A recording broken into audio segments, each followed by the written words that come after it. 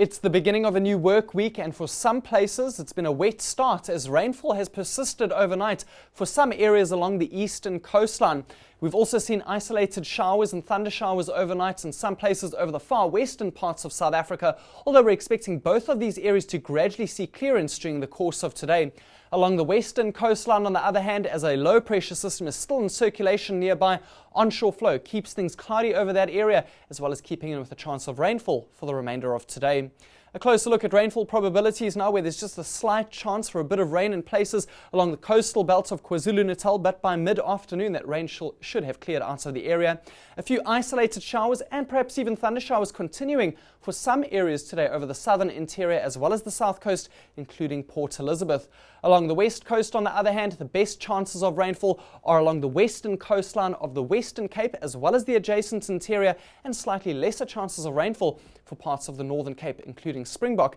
as well as Alexander Bay. Now it's going to be a fairly pleasant afternoon for some areas over the Eastern Cape and KwaZulu-Natal, reaching the mid-20s, while 20 degrees is the maximum temperature for Mbombela, Pretoria, as well as Bloemfontein and De Aard. Along the west coast and the adjacent areas, we're expecting it to be quite cold today as cooler air moves in, as well as cloudy skies and rainfall that keeps the temperatures lower. Now we're expecting northwesterly winds to dominate along the west coast today, averaging between 20 and 30 kilometers per hour, somewhat higher in the south and lighter in the north. Swell heights remaining unchanged with an average open ocean height of about 2.5 meters. Northwesterly winds will be moderate to fresh at times along our southwestern coastline, particularly around the Cape Peninsula at 35 kilometers per hour, and swells are decreasing slightly to about 3 meters, but still coming in from the southwest.